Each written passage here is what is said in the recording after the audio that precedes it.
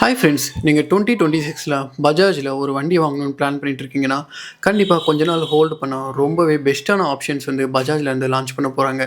அது என்னெல்லாம் ஆப்ஷன்ஸ் அப்படின்றது வாங்க இந்த வீடியோவில் வந்து பார்த்துருவோம். எக்ஸாம்பிள் வந்து சொல்லப்போனால் 350cc ட்ரையம்ப் வந்து வரப்போகுது. அதுவும் வந்து பார்த்திங்கன்னா ஹண்டரோட ப்ரைஸில். நெக்ஸ்ட் வந்து பார்த்திங்கன்னா 350cc புது பல்சருமே வந்து லான்ச் பண்ண போகிறாங்க. அதே மாதிரி லெஜெண்டரி பல்சர்ஸான 125, 150, 220cc இருக்க பல்சர் எல்லாத்தையுமே வந்து பார்த்திங்கன்னா ரீடிசைன் வந்து பண்ண போகிறாங்க. நம்ம இதுக்கு முன்னாடி பண்ண ரிவ்யூஸில் எல்லாமே சொல்லியிருப்போம். இந்த இன்ஜின்ஸ் எல்லாம் வந்து ரொம்ப ஓல்ட் ஸ்கூல் இன்ஜின்ஸ். இப்போ வர என்எஸ், என் சீரிஸ் மாதிரியான சேஞ்சஸ் வந்து கொடுத்தா ரொம்பவே நல்லாயிருக்கும். ஏன்னா ஆயில் லீக்கேஜ் பிரச்சனை, இந்த மாதிரி விஷயங்கள்லாம் நிறைய விஷயங்கள் வந்து சொல்லியிருந்தோம். அதே மாதிரி பல்சர் 125 வந்து கியர் இஷ்யூஸ் இருக்குது. இந்த மாதிரி இஷ்யூஸ் எல்லாம் நம்ம ஹைலைட் பண்ணியிருந்தோம். எஸ், ஃபைனலாக இது எல்லாத்துக்கும் பஜாஜ் வந்து சொல்யூஷன் பண்ண போகிறாங்க. ஏன்னா ஒரு மேஜரான அப்டேட்ஸ் அவங்க வெஹிக்கல் லைனப்பில் எல்லாத்துலேயுமே வந்து பண்ண போகிறாங்க. ஸோ அது என்னெல்லாம் அப்டேட்ஸ், நீங்கள் வெயிட் பண்ணுறது வந்து ஒர்த்தாக இருக்குமா, அதே மாதிரி ப்ரைஸிங்குமே வந்து பார்த்திங்கன்னா குறைய போகுது. அது எவ்வளோ குறைய போகுது அப்படின்றது டீட்டெயிலாக இந்த வீடியோவில் பார்த்துருவோம். இந்த வீடியோக்குள்ளே போகிறதுக்கு முன்னாடி நீங்கள் நம்ம யூடியூப் சேனலுக்கு புதுசாக இருந்தீங்கன்னா மறக்காமல் சப்ஸ்கிரைப் பண்ணி வச்சுக்கோங்க. வாங்க குயிக்காக வீடியோக்குள்ளே போகலாம். ஸோ முதல்ல 350cc என்னெல்லாம் வண்டி வருது அப்படின்றத வந்து பார்த்துருவோம். ஸோ 350cc ஆல்ரெடி நான் சொன்ன மாதிரி ட்ரையம்ப் வந்து வரப்போகுது, புது பல்சர் வந்து வரப்போகுது, அதே மாதிரி புது டாமினாருமே வந்து பார்த்திங்கன்னா வரப்போகுது. இந்த புது அப்டேட்டுக்கு என்ன ரீசன், ஏன் இவங்க இந்த 350cc மார்க்கெட்டுக்குள்ளே என்ட்ரு ஆகுறாங்க? ஆல்ரெடி 400cc வந்து நல்லா தானே போயிட்டுருக்கு அப்படின்னு வந்து கேட்டிங்கன்னா டெஃபினெட்லி இல்லை. பஜாஜில் வந்து பார்த்திங்கன்னா இந்த லோவர் செக்மெண்ட் வெஹிக்கிள்ஸ் தான் வந்து நல்லா மூவ் ஆகிட்டுருக்கு. எக்ஸாம்பிள் வந்து பார்த்திங்கன்னா நம்ம பிளாட்டினா சொல்லலாம், அதே மாதிரி என்எஸ் சீரிஸ் சொல்லலாம், என் சீரிஸ் சொல்லலாம். இந்த மாதிரி வண்டிகள் எல்லாமே நல்லா வந்து மூவ் ஆகிட்டுருக்கு. இதுவே எபவ் 400cc நமக்கு வந்து எக்ஸாம்பிள் சொல்லணுன்னா ட்ரையம்ப் ஆகட்டும், இதே மாதிரி டாமினர் சீரிஸ் ஆகட்டும், இதெல்லாம் அவங்க எக்ஸ்பெக்ட் பண்ண அளவுக்கு சேல்ஸ் இல்லை. என்ன ரீசன் வந்து பார்த்திங்கன்னா நமக்கு GST 2.0க்கு அப்புறமா டாக்ஸேஷன் வந்து ரொம்பவே அதிகமாச்சு. எஸ், ஆப்வியஸ்லி பஜாஜ் வந்து ப்ரைஸுமே ஹைக் பண்ணலை. ஏன்னா பஜாஜோட மார்க்கெட் வந்து அந்தளவுக்கு தான் இருந்தது. இன்கேஸ் ப்ரைஸ் வந்து ஹைக் பண்ணியிருந்தாங்கன்னா அவங்க எக்ஸ்பெக்ட் பண்ண சேல்ஸை விட ரொம்பவே கம்மியாக தான் போயிருக்கும். இருந்தாலும் ஹைக் பண்ணாத பட்சத்திலும் பஜாஜுக்கு வந்து அந்த 400cc செக்மெண்ட்டில் வந்து எக்ஸ்பெக்ட் பண்ண அளவுக்கு சேல்ஸ் வந்து போகலை. ஸோ இதனால் பஜாஜ் என்ன முடிவு பண்ணுறாங்கன்னு வந்து பார்த்தீங்கன்னா, ஹோண்டா வந்து அவங்களோட 350 சீரீஸில் ராயல் என்ஃபீல்டுக்கு காம்படிஷனாக சில வண்டிகளை வந்து லான்ச் பண்ணாங்க. எக்ஸாம்பிள் நம்ம CB350 சொல்லலாம், ஹைனஸ் சொல்லலாம்.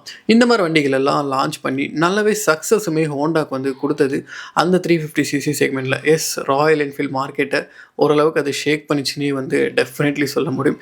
இப்போ அதே தந்திரத்தை தான் பஜாஜுமே கையில் எடுக்க போகிறாங்க. இந்த 350cc மார்க்கெட்டில் வந்து ஒரு மிகப்பெரிய தாக்கத்தை ஏற்படுத்தணும் அப்படின்றதுக்காக அவங்களோட ட்ரையம்ப் ஆகட்டும், அதே மாதிரி நமக்கு பல்சர் சீரீஸில் ஆகட்டும், இந்த வண்டிகள் எல்லாமே 350cc லான்ச் பண்ணி எஸ், ஆப்வியஸ்லி ராயல் என்ஃபீல்டு மார்க்கெட்டுக்கு வந்து ஒரு சின்ன டஃப் கொடுக்கணும்னு நினைக்கிறாங்க. எஸ், இந்த மார்க்கெட்டுமே வந்து பார்த்திங்கன்னா ஒரு வைடான மார்க்கெட்டு தான். ஏன்னா 350cc என்னும்போது இதுக்கான ஆடியன்ஸ் பேஸுமே ரொம்ப அதிகமாக இருக்குது. இந்த 400cc கேட்டகரியில் நிறைய பேர் வராமல் இருக்காங்க இந்தியன் மார்க்கெட்டில். அதனால தான் பஜாஜ் வந்து இந்த ஒரு முடிவை வந்து எடுக்கிறாங்க. ஸோ இதனால் நமக்குமே அட்வான்டேஜஸ் நிறையா இருக்குது. ஆஸ் எ யூஸராக நமக்கு என்ன அட்வான்டேஜஸ் இருக்குதுன்னு கேட்குறீங்களா? ப்ரைஸிங் வந்து ஆப்வியஸ்லி வந்து குறையும். எஸ், இப்போ இருக்க பெட்ரோல் விலைக்கு நமக்கு வந்து பார்த்திங்கன்னா ஓரளவுக்கு மைலேஜ் வந்து அதிகமாக கிடைக்கும் 400cc 350cc வந்து வரும்போது.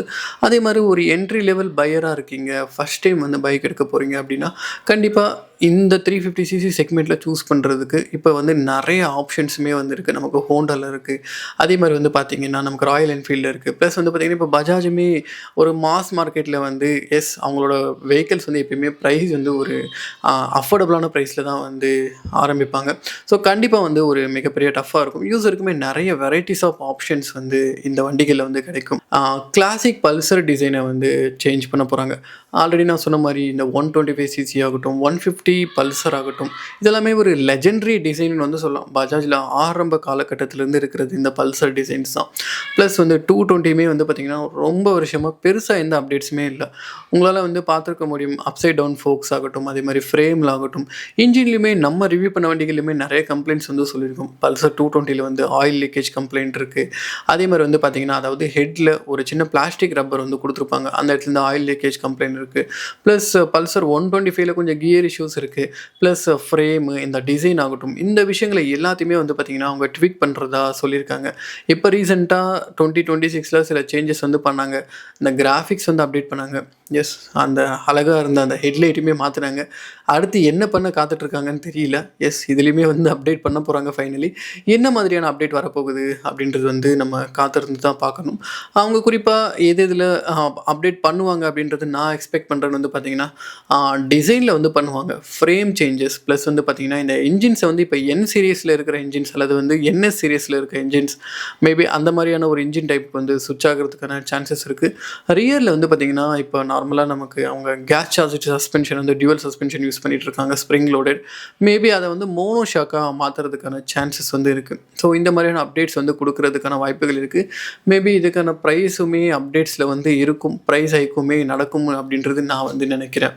ஸோ அடுத்ததான் வந்து பார்த்திங்கன்னா, நார்மலாக இப்போ நம்ம அவங்கக்கிட்ட இருக்கிற ஆல்ரெடி இருக்கிற என்எஸ் சீரிஸ் ஆகட்டும், என் சீரிஸ் ஆகட்டும், இந்த வண்டிகள் எல்லாமே ஆஸ் யூஷுவல் 2026ல் சில கிராஃபிக்ஸ் சேஞ்சஸ், அதே மாதிரி புது கலர்ஸ், சின்ன சின்ன ஃபியூச்சர் அப்டேட்ஸ் இதெல்லாம் வந்து கொடுக்க போகிறாங்க. இதையுமே வந்து பஜாஜ் தரப்புலேருந்து சொல்லியிருக்காங்க. ஸோ அடுத்ததாக வந்து பார்த்திங்கன்னா, பஜாஜ் ஒரு புதிய சப் பிராண்ட் வந்து ஆரம்பிக்கிறதா சொல்லியிருக்காங்க.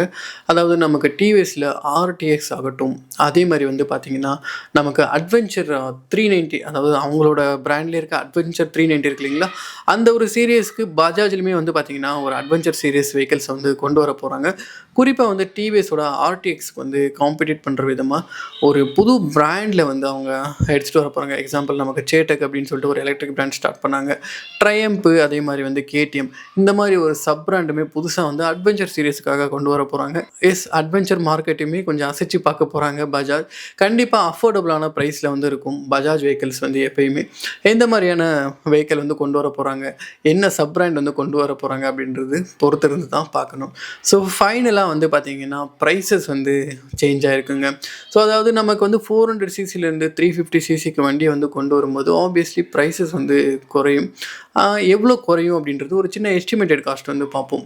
ட்ரையம்ப் T4 வந்து பார்த்திங்கன்னா இப்போதைக்கு ஒரு 2.4 lakh கிட்ட வந்து போயிட்டுருக்கு. ஒரு 20,000-30,000 வந்து குறையிறதுக்கான வாய்ப்புகள் இருக்குது. டாமினார் வந்து பார்த்திங்கன்னா 2.50, அதாவது 2.5 லட்சத்துக்கு வந்து ஒரு புது டாமினார் இப்போ லான்ச் பண்ண போகிறாங்க இல்லைங்களா, அது வரத்துக்கான வாய்ப்புகள் இருக்குது. அதே மாதிரி த்ரக்ஸ்டன் அண்ட் ஸ்க்ராம்ப்லரில் வந்து பார்த்திங்கன்னா ஒரு 30,000 50,000 குறையிறதுக்கான வாய்ப்புகள் வந்து இருக்குது. ஸ்பீட் 400ல் வந்து பார்த்திங்கன்னா ஒரு 30,000 40,000 கிட்ட உங்களுக்கு வந்து பார்த்திங்கன்னா ஒரு 20,000 to 40,000 அப் டு 50,000 வரைக்குமே வெஹிக்கிள்ஸ் வந்து குறையிறதுக்கான சான்சஸ் இருக்குது, சிசி வந்து ரெடக்ஷன் பண்ணதுக்கப்புறமா. ஸோ இந்த வெஹிக்கிள்ஸ் வந்து ஒர்த்தாக இருக்குமா, இல்லை பஜாஜ் வந்து அந்த 400 சிசி வெஹிக்கிள்ஸே கண்டினியூ பண்ணால் பெஸ்ட்டாக இருக்குமா? உங்களோட ஒப்பீனியன் என்னவாக இருக்குது அப்படின்றத மறக்காமல் கீழே கமெண்ட் செக்ஷனில் சொல்லுங்கள். அதே மாதிரி லெஜெண்டரி பல்சரோட டிசைன் வந்து சேஞ்ச் பண்ணால் உண்மையாகவே நல்லா இருக்குமா? பஜாஜ்க்கு வந்து இது ஒரு சக்ஸஸை தருமா அப்படின்றது உங்களோட கருத்துக்கள் என்ன இருக்குது அப்படின்றது மறக்காமல் கீழே கமெண்ட் செக்ஷனில் சொல்லுங்கள். அடுத்த ஒரு வீடியோவில் வந்து மீட் பண்ணுவோம். Until that, bye from Heart Turtles Praveen.